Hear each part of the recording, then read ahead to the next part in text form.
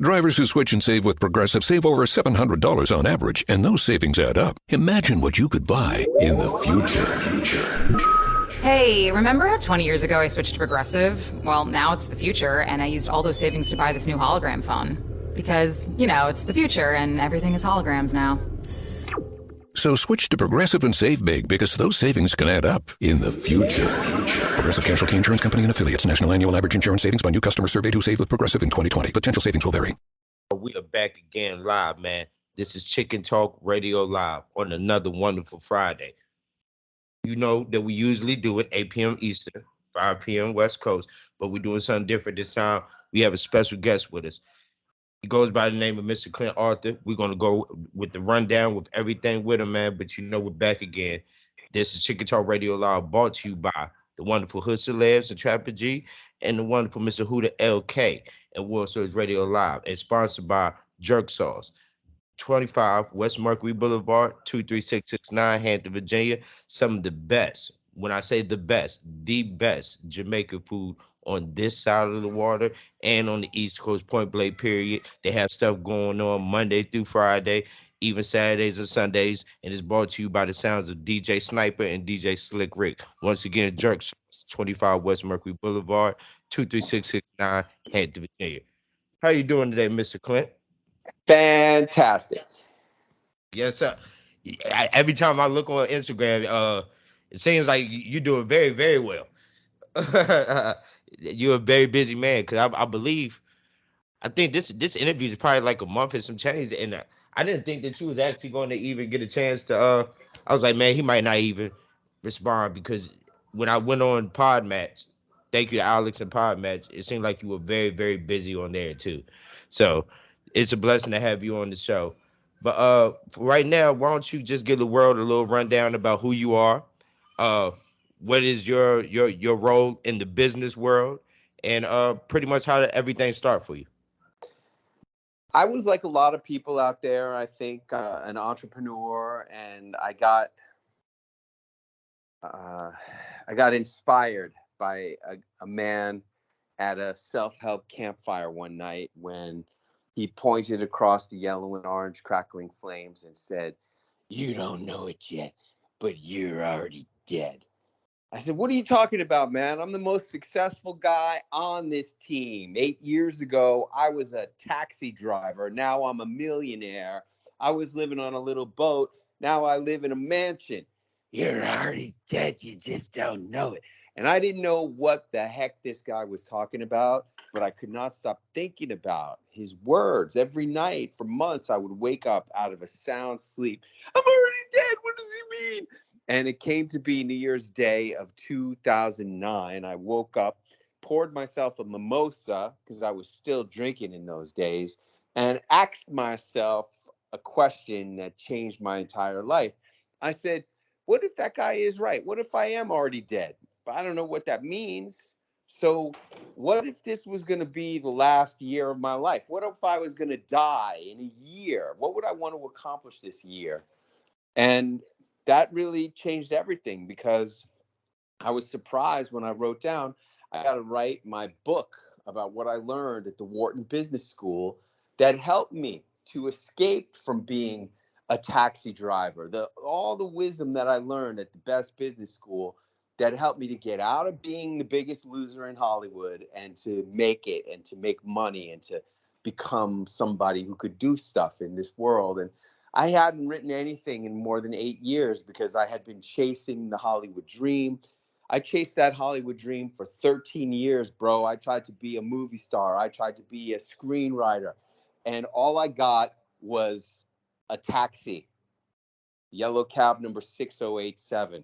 So here I was, 2009. I wrote my book, and then I self-published it on Amazon, and I waited for all the sales to roll in. Man, oh man, did all 8 of those sales roll in that first year.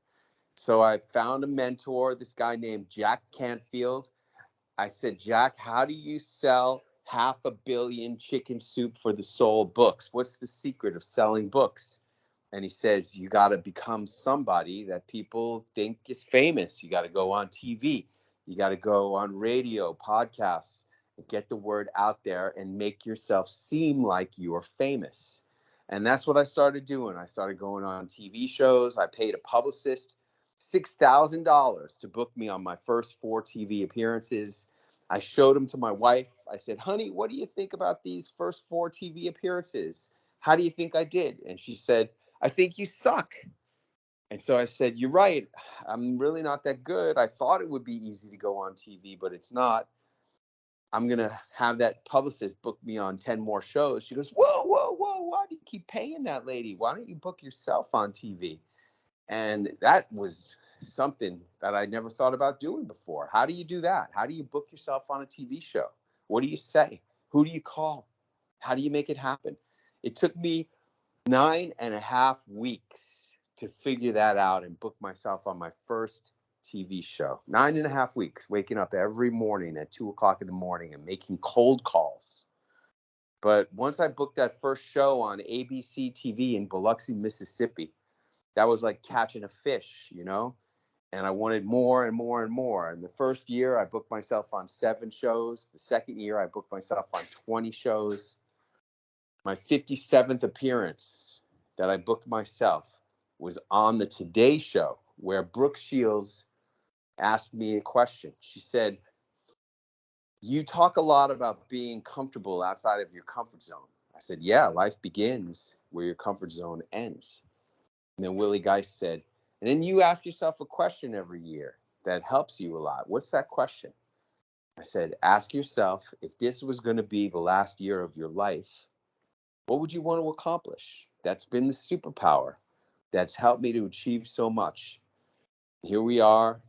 I just did my 115th television appearance just a couple of days ago.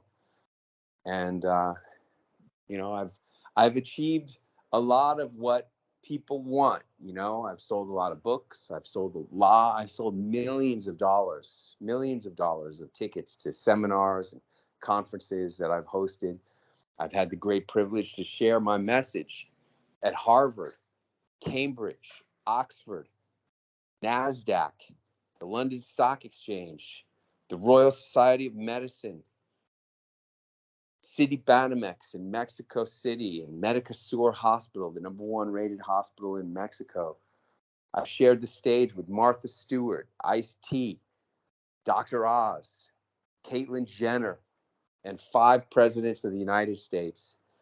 And I'll tell you, just to sum it all up, it's not the cars, because I've had my dream cars. It's not the houses. I own a lot of houses. It's not even the trips around the world, because I've traveled the world. It's not the prizes. I've been nominated for the Pulitzer Prize. It's all about who you become in the process of doing all this stuff. So with the Pulitzer Prize, I was reading that. How did that come along? Like, what? How did you get nominated for that? And what was your reaction when you found out that you were being nominated for it? I'll tell you what, man. I know exactly how that happened. On December 30th of 2019, basically 10 years after this whole thing started, right? I said to myself, I sat down to write that list of goals for the year, right? And I said to myself, wow, here we are, we're starting 2020.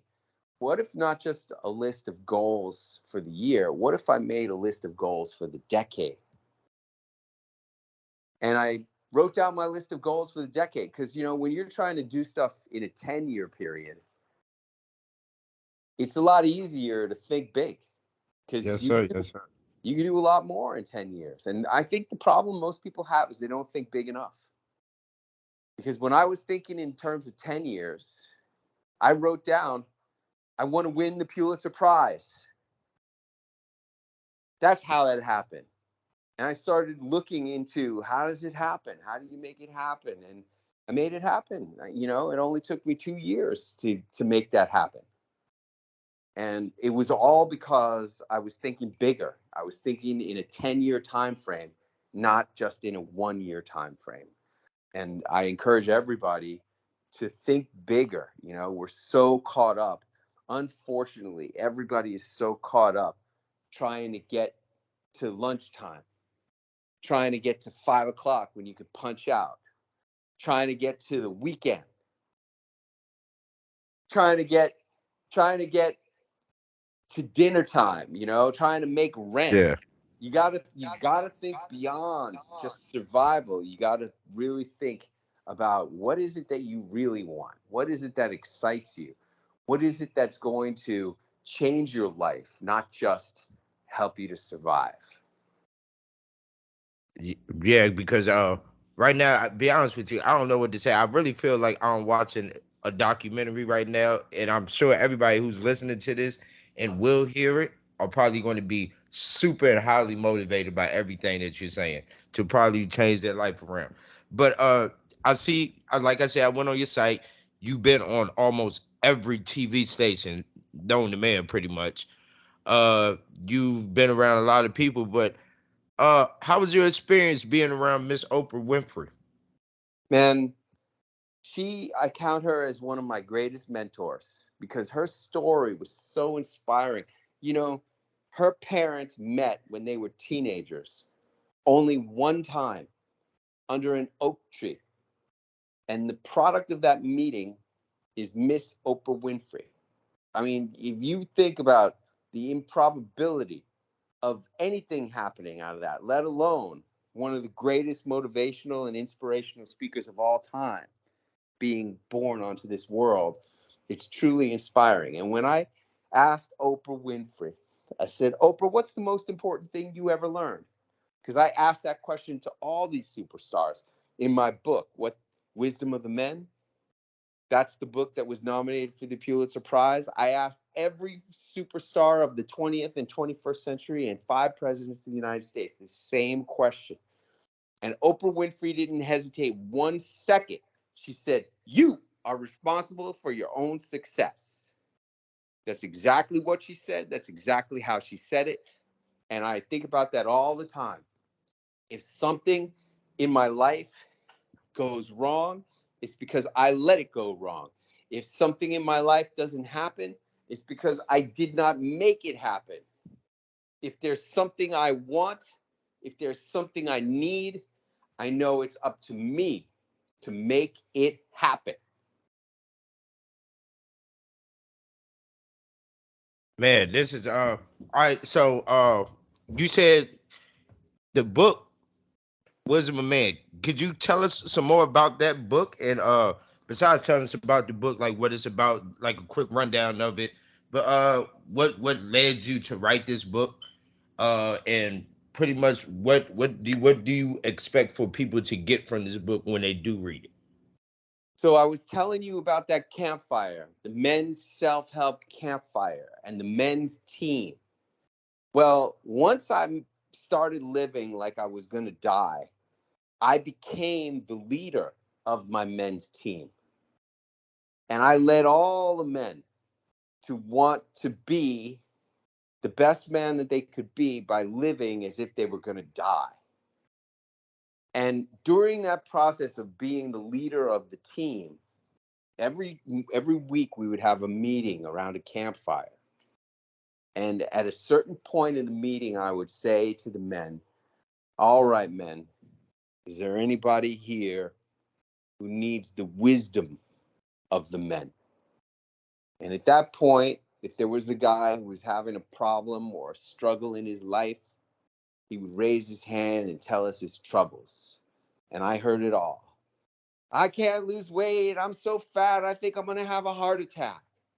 I got $2,300 worth of payday loans and I don't know how to get them off my back. My wife and I haven't had sex in 6 months and I'm afraid we're going to get a divorce.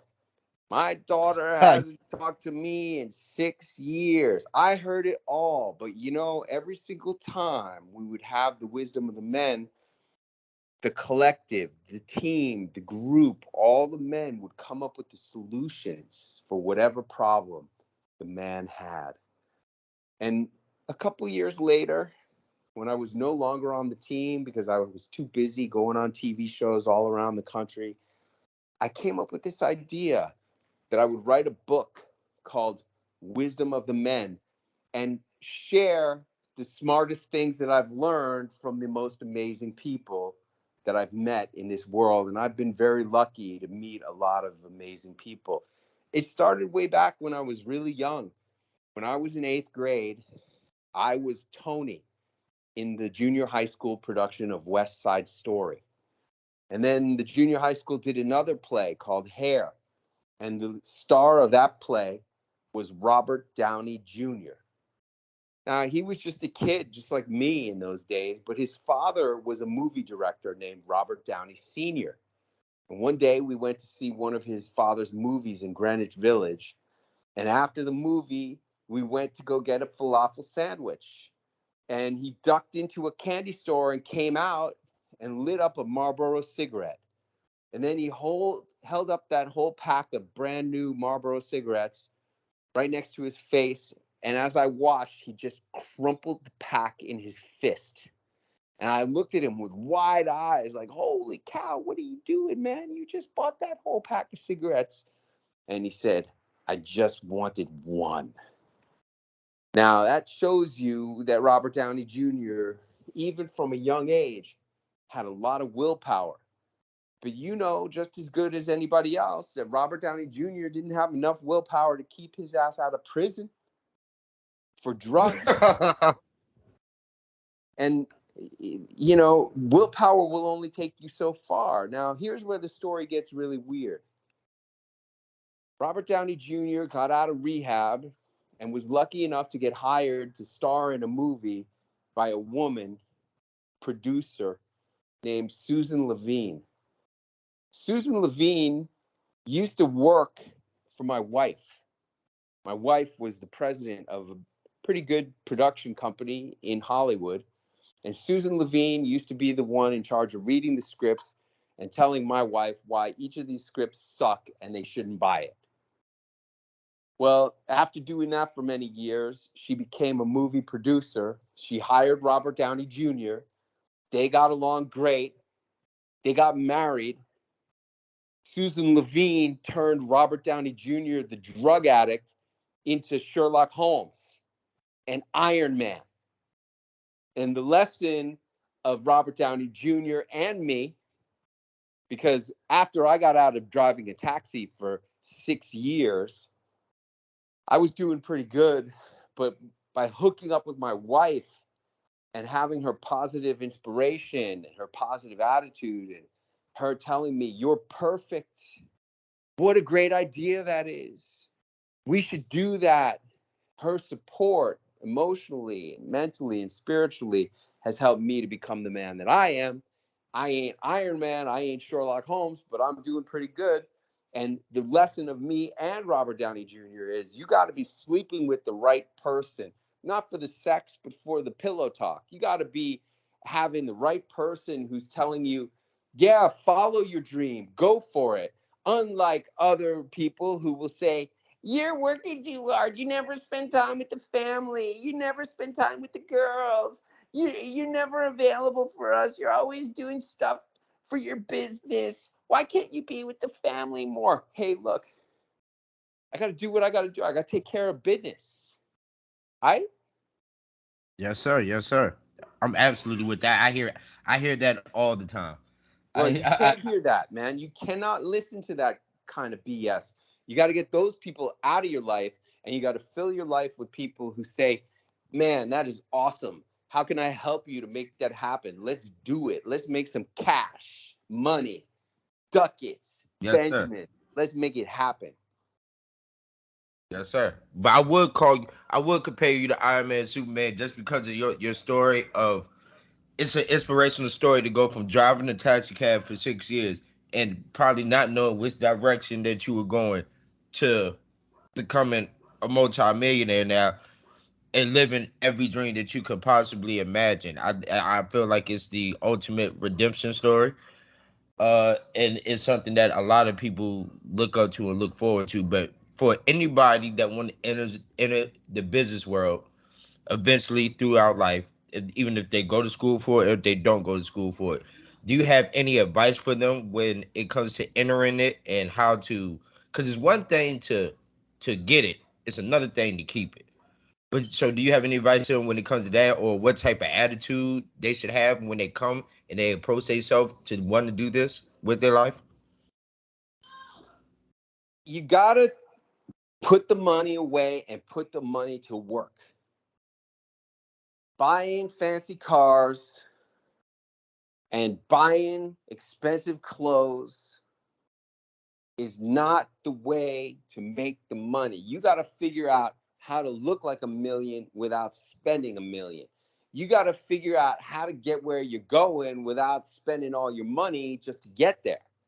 Because I tell you, when we bought our mansion in the best neighborhood in the millionaire billionaire resort in Mexico, in Acapulco, the house of our dreams, the house where we got a gourmet chef and a butler and a pool guy, and we got no stress. And we invite all our clients down. Our clients come down and stay with us in our 18,000 square foot mansion because we got all the rooms and beds in the world.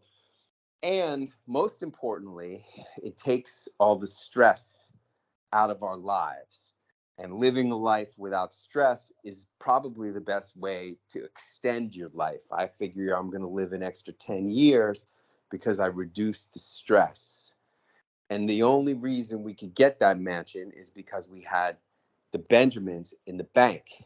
And I could say to the guy, hey, look, I know you want a lot more money than I'm offering you, but I'm ready to write the check right now. I don't need a bank. I don't need a loan. I don't need a mortgage.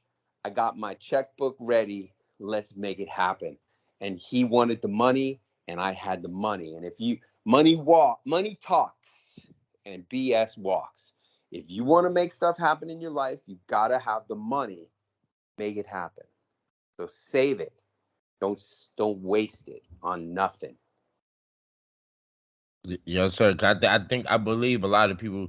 That's like the biggest failure with a lot of people. Discipline and how can I say it? Not wanting to go on the oodles and noodles diet to make sure you can increase your wealth. Instead, of some people want to eat steak every night, not thinking that throughout the days that cost is going to keep going up and up and up and up. So I agree with you with everything you said. But do you have any more books that you plan on coming out with, or that are already out right now that people can go buy from any stores? I got a lot of books that I've written.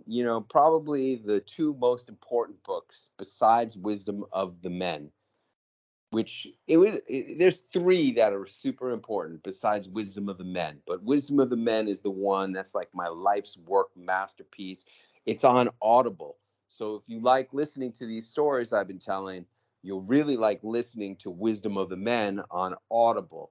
But there's a couple other books I got which are also amazing. The first one I wrote, like I said, in 2009, it was called What They Teach You at the Wharton Business School.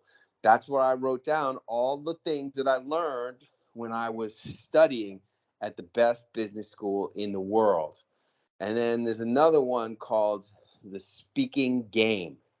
Speaking game. If you want to have game as a speaker, if you want to win the speaking game, which means making money as a speaker, and if you want to use the game of speaking to sell more books or get more clients or customers, the speaking game teaches you all of my secrets about what I do as a speaker to make my message have more impact so I can have more influence and more income. All right. Well, man, this conversation has been excellent, and I'm actually going to go on Audible because I'm reading a book right now called Bitcoin Evangelism by Brian DeMint, one of my past guests. But I am going to go on Audible and listen to the Wisdom of Man because so far these stories and everything you've been talking about has been very interesting. It doesn't even feel like an interview right now. It just feels like I'm talking to an older person that's giving me a lot of game about how to better my life. Maybe some stuff that other people not going to tell you. But It's right, man. I'm 56 years old. You know, I've been playing this game. You know, you look at my resume. You know what it says on my resume? It says graduated high school, graduated college, and then under work experience. You know what it says? Yellow Cab Company, 1995 to 2001. 2001 to present day. Author, speaker, coach, expert. And I've been making money doing this stuff for all these years. And I'm telling you, I'm in the top 1% of the money earners in the National Speakers Association because I know how to play the speaking game. I know how to use that to sell books. I know how to use that to sell tickets to conferences and seminars. And I understand how to position yourself. There's one more book that's on Amazon that I wrote that people will really love. It's called Celebrity Entrepreneurship. I'm not a celebrity. I'm not Dr. Oz. I'm not Mick Jagger. I said, Sir Mick, what's the most important thing you ever learned? He said, you can't always get what you want, but if you try, sometimes you might find you get what you need.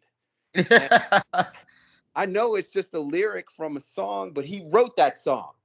Yes, And I sir. know he's Mick Jagger. He can say whatever he wants, and the man is right. You can't always get what you want. There's a lot of things that I wanted, but I couldn't get it. But I managed to somehow get what I needed. And that's more important. Got to get what you need. I said to Snoop Dogg, Snoop, what's the most important thing you ever learned? He said, life's too short to smoke cheap weed. You ain't never lied about that. I don't even smoke weed anymore. I quit smoking weed by accident back in 2009. So how did that happen? Because I've never heard that. Well, you said by accident. I If you don't quit mind, I'm interested in smoking weed by accident. I went to this weight loss program to try to stop being so fat because I got fat and happy in the 2000s.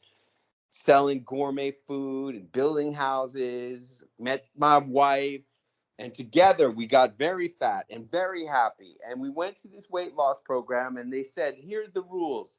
No drugs and no alcohol while you're here. So I said, okay, I've just spent a lot of money to try to lose weight. I'm going to do what they tell me. Well, after 2 weeks of losing weight, I lost 18 pounds and I hadn't smoked pot in 2 weeks. I hadn't drank alcohol either. But the first thing we did was we went home and cooked up a rack of lamb and cracked open a nice bottle of my favorite French red wine and got drunk and started eating good food again. But luckily, I didn't start smoking pot anymore. And I tell you what, my whole life changed. After a few weeks, I realized, hey, smoking pot was holding me back. It was giving me insecurity. It was giving me paranoia. It was making me doubt myself. And, you know, you can say what you want, but I did my first TV appearance 6 weeks after I quit smoking pot. My first of 115 TV appearances happened 6 weeks after I stopped smoking pot. Now, was it because I quit smoking pot? I don't know. You tell me. Now, I call that sacrifice. Sometimes to get, like you said, to get what you want. Like, sometimes it's not about what you want; it is about what you need. And sometimes to get what you need and what you want, you have to be willing to give up something to do that. Something that might be hindering you in life. I tell you what, man. I don't know if it is a sacrifice. I used to love smoking cigarettes. Smoking cigarettes, man. Yum. But smoking pot, I didn't really feel that way about smoking pot. I smoked pot because I thought it would make me creative. I smoked pot because I thought it was fun. I smoked pot because I thought I was being a rebel. It's not really what I wanted. And I don't feel like giving up pot was ever a sacrifice. In fact, I realized that I was addicted to marijuana, that marijuana had made me associate with people who I wouldn't normally have associated with just because I wanted to smoke their weed. They had the kind buds. I wanted to smoke the kind buds, and I didn't know how to get them, so I would hang out with people I wouldn't otherwise hang out with. So when I quit accidentally, man, it was a real breakthrough for me because I didn't really want to smoke pot. I was being used by the drug. The weed was evil to me. For me, that was. And I realized 18 months later, it had addicted me to the habit. And once I was free from it, I really have been achieving much more because, I would know that, I couldn't talk on the phone to do business when I was stoned. I wouldn't take the call. And now that I wasn't stoned anymore, I could wake up and make more calls. I could work later. And ultimately, when I got on the Today Show, that was a big dream of mine. And the next day, this was December 31st, 2013, I was on the Today Show. And the next day was New Year's Day. And I woke up and I said to my wife, after a long night of drinking, where I couldn't even catch a buzz anymore, I said, you know what? I think I'm done drinking. I had achieved my life's goal of being on the Today Show and sharing my message and making my difference. And that kind of self-actualization took me to the top of Maslow's hierarchy of needs, the pyramid. And once I got to the top of the pyramid, I suddenly felt inside like something had changed and I didn't need to drink anymore.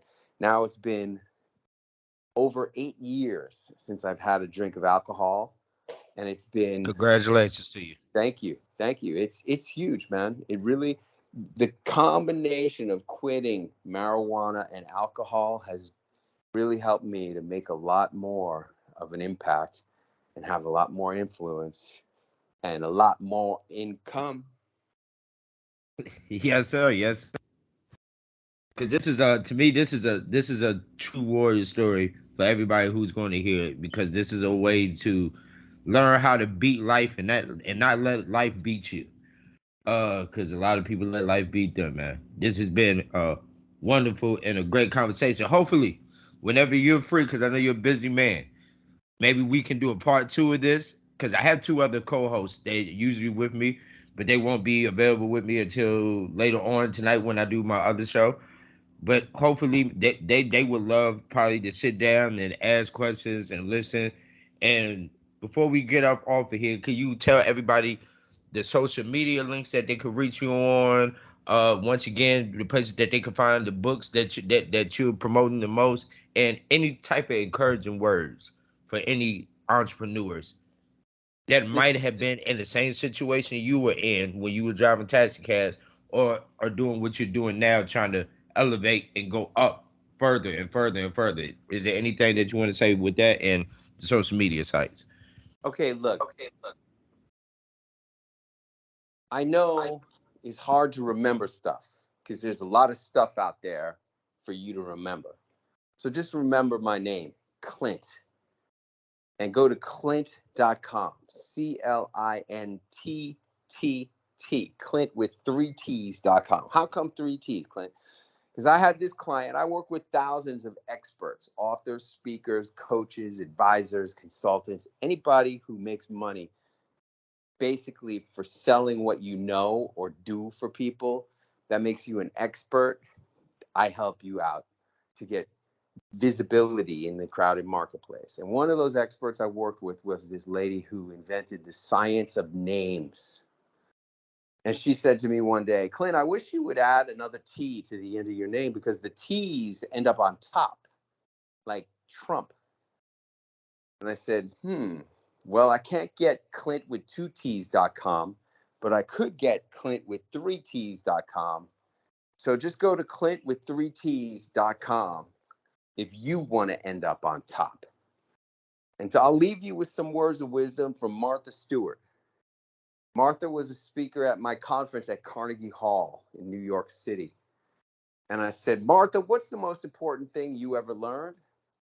She said, when I was a little girl, my daddy told me that I could do anything. And I believed him. I've heard that from a lot of people. Caitlyn Jenner, answered the question, what's the most important thing she ever learned? She said, nothing is impossible. Buzz Aldrin answered the question, what's the most important thing you ever learned? And he said, nothing is impossible. That guy walked on the freaking moon. And I'm telling you, that's the recurring theme with celebrities. The last celebrity I'll mention is General Russell Honore. He was a 3-star Army general who evacuated New Orleans after the Hurricane Katrina. And I said, General, what's the most important thing you ever learned? Listen to what this man said. He said, all the opportunities on the other side of impossible.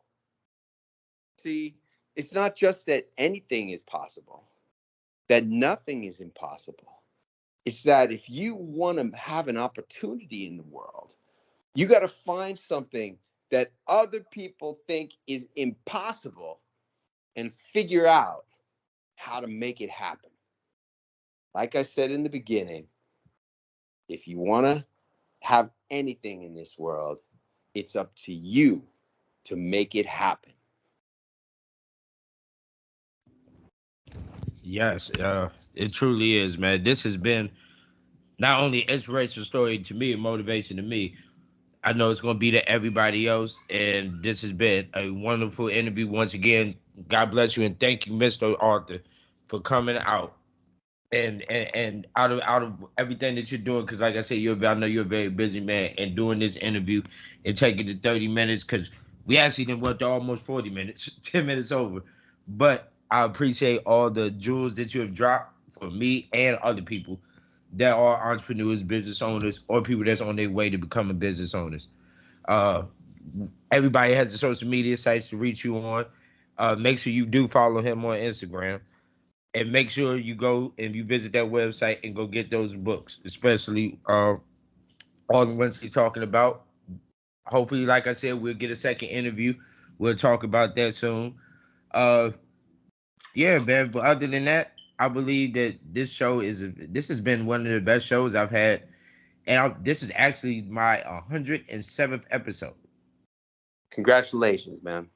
Thank you. And a lot of people don't really make it past 7 to 10 episodes of podcasting when they start. So for that to happen, it's an honor, and to have you on the 107th episode is a really big honor. And hopefully we get to see you again and talk to you again. But people, we will be back at 8 o'clock Eastern Standard Time Zone, 5 p.m. West Coast. Chicken Talk Radio Live is not done yet. The multi-platinum producer Ray Trax, my cousin, will be back hosting with me. So will G-Man Rock, and everybody will be back again. But Mr. Arthur, once again, thank you for everything, and much love to Podmatch. Because if it wasn't for Podmatch, we probably would have never got a chance to link up to be able to have this conversation, to be able to get these words out to the people. So make sure that everybody goes to the YouTube page, because it will be out by the end of the night. Go to the YouTube page, Chicken Talk Radio Live. You can stream us on all platforms: iHeart, Spotify, Deezer, Podchaser, Podcasters, Savon, Apple Podcasts, Google Podcasts. We're everywhere. And that's about it. And when we finish the show, just need 2 minutes of your time when we get off when we're done recording. And other than that, we'll be back again. And like my homeboy, White Boy E, always used to say, hit him with that hot, you know what it is. We'll be back later on tonight. You could save big when you bundle your home and auto with Progressive, but when we just come out and say it, it feels like it falls a bit flat. So we're going to sing it. We're singing words now. We'll even sing the business part. Save big when you bundle your home and auto with Progressive. Now that's a commercial you'll remember, even if you don't remember the bundle and save with Progressive part. We're singing a commercial. Progressive Casualty Insurance Company and affiliates. Discount not available in all states or situations. This is the end of the jingle. A jingle about insurance.